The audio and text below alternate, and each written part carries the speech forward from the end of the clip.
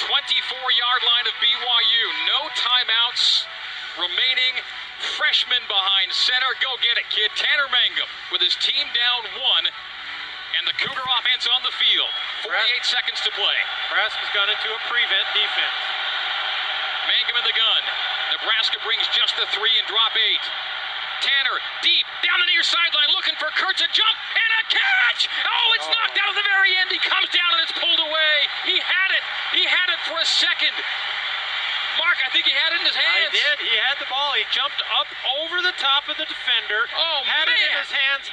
And I think when he went down, he takes a hit on the back of the head. Second guy hitting him knocks that ball away. Mangum went for it deep, and Nick Kurtz leapt up and had it for a split second. It comes loose as he hits the ground. 40 seconds to play. Nebraska 28, BYU 27, 2nd and 10 at the Cougar 24. Nebraska brought 3 last time. They're going to bring 3 again this time. Mangum looking. Don't run. Even with pressure. Shuffling around. Splits 2 defenders. Heading downfield. Mangum tripped up. Dives for the marker. Didn't get there. And the clock's under 30. It's 3rd down and short. Did they mark it first down? They gave him first down. They gave him the first down. The clock will stop to move the chains. A bit of a gift. Down it. And a Nebraska player is down. The clock will stop. So the clock is stopped, and BYU can catch breath here at their own 35-yard line. They gave Mangum the first down, which stopped the clock. I thought he was just shy, but he got to the marker, said the official. And so with 28 seconds to play, and a Nebraska player down, the Cougars get the benefit now of a timeout. No timeouts on the clock, but they can huddle and talk it over. Wow. Now BYU's just running receivers straight down the field. And when Mangum starts to get panicky and start to run, that's when they have to break off that deep route and come horizontal across the field the same direction that the quarterback's scrambling. And that way you have a chance. And see, if he was able to look downfield, he has 2 guys right on the hash mark that are crossing with each other, and both of them have no defender around them. But, you know, pretty tough to tell a kid, hey, everybody's trying to get you. BYU needs a field goal. They're at their own 35-yard line. Now the wind is in the face of the kicker, so you've got to think, they got to be thinking 25-yard line of Nebraska. So at least 40 yards of real estate got to be gained in about 28 seconds, or certainly less, as there are 28 seconds on the clock. 1st and 10, Cougars at their own 35. Nebraska 28, BYU 27. Cougar looking for the memorial miracle here. Mangum holds hands off to Hide, and Hide gets into the secondary with a first down run into Nebraska territory at the 49-yard line. A 16-yard run for Hide. The clock stops to move the chains to 18 seconds. Took 10 seconds. At the 49 of Nebraska, clock wound, and a spike to stop it at 15. Man, that was a pretty quick clock there. They had a home field trigger on that one. Yeah, I think so. Yeah, that was a really quick home field trigger. That thing got wound, and 3 seconds went off as the ball got snapped. This is pretty much the play. You got to get the ball down there right now, because and if they want to throw it to Nick Kurtz, for a touchdown right here, that's also fine. Kurtz is lined up wide right, the short side for Mangum. 2nd and 10 at the Nebraska 48. 49 is the spot. 28-27 Huskers up. 15 seconds to play. BYU on Nebraska's side of the field. Mangum settling in the pocket. Moving out to his left. Looking downfield while on the run. Tucks and runs and is knocked out with 7 seconds to play. He couldn't do that. So now with 6 as another second goes off the clock. It's 3rd down and 4 at the 42 Yeah, you got to throw in the end zone now. Now, he's running out of there. The BYU has everybody blocked. There's only a 3-man rush, and there's no penetration. Sit in there. He doesn't know this yet, but sit in there and find Juergens. He was wide open down there at the 25. 6 seconds to play, and timeout Nebraska. Nebraska 28, BYU 27. Their second. This will be a 30-second timeout. So if there's a play to get you to the 20-yard line and out of bounds in under 6 seconds, maybe you throw that play and then you get the field goal unit on for the game-winning kick. There's a chance. So it's pretty tough to get there when you're at the away field. And the most important player in the stadium right now may not be the quarterback or the player he's looking for. It might be the timekeeper.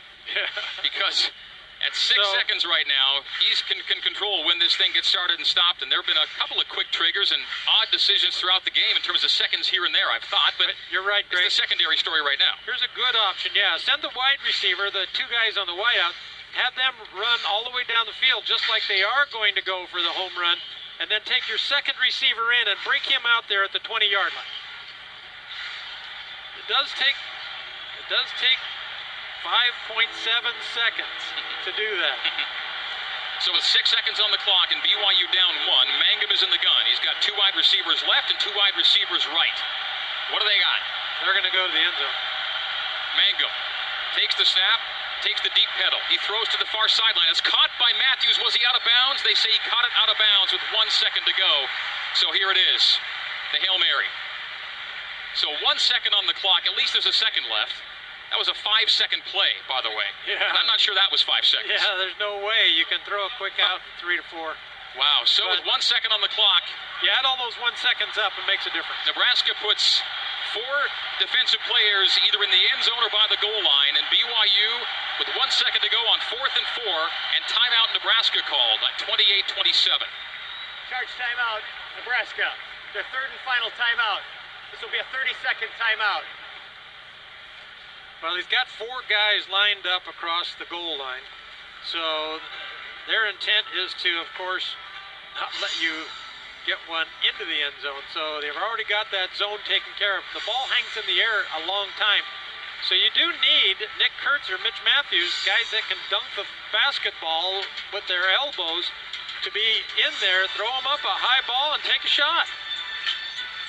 Let them jump up and snag it. If I'm not mistaken, Clay Brown's was it the 41 or the 44-yard line? It was right in this neck of the woods. It's neighborhood, it's 42 right now. BYU 4th and 4 from the Nebraska 42. With 1 second to go, it's Hail Mary time, and maybe all that height we've been talking about pays off right here. Moroni Laulupututau at 6'4" is out there. Mitch at 6'6", and Nick Kurtz at 6'5". They're the wide receivers in the set. They're keeping in max protect. Well, not max. There's no tight end. You've got 2 running backs on either side of Tanner Mangum. Last play of the game. Snap, Tanner. Back pedal. Sprint out to the right. He's got time.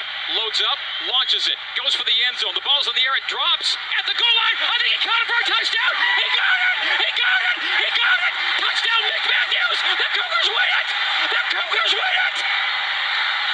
Oh my gosh, he barely got into the end zone. He just barely got there. The play is under review. It's called a touchdown. Mitch Matthews caught it at the goal line, fell into the end zone. The Cougars appear to have won the game. The Memorial Miracle. It needs a name, Greg, and that's fitting. Now the review. He's in. You know, he catches the football right at the goal line, but he ends up in the end zone when he goes down. The referee has the headset on. Mitch Matthews is celebrating. Cougar Nation holding its breath. Man alive. Mitch Matthews went up and caught it at the goal line. The ball had just enough to get there, and Mitch Matthews makes that catch, falls into the end zone. The players have just seen the review, or at least the big screen replay. They're cheering again. Referee with the headset on. We're going to await the call from referee Michael Cannon. I didn't see this originally, but the referee throws his arms up for a touchdown, and Taryn Houck runs over and hugs him while he's got his arms in the air. Riley Nelson would have high-fived him, but we'll take a hug. Did it break the plane? The official call on the field was touchdown.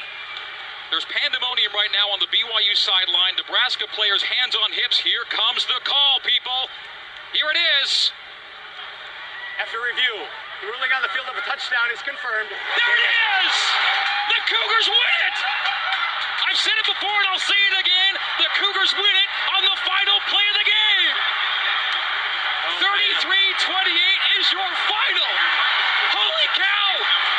Tanner Mangum. And the Cougars come out of here with a win. The Cougars take the Huskers $1 million and they take the W back to Provo. Boy, there's so much in that game that you start out with a victory. You had opportunities in the game, and so many things went both ways. And then you get one of those kind of plays to finish this thing. It's unbelievable. People said when we came to watch a football game at Lincoln, you're going to love the experience of being here. You know what? They were right. Wow. Mangum to Matthews joins Beck to Harleen in the pantheon of amazing Cougar plays.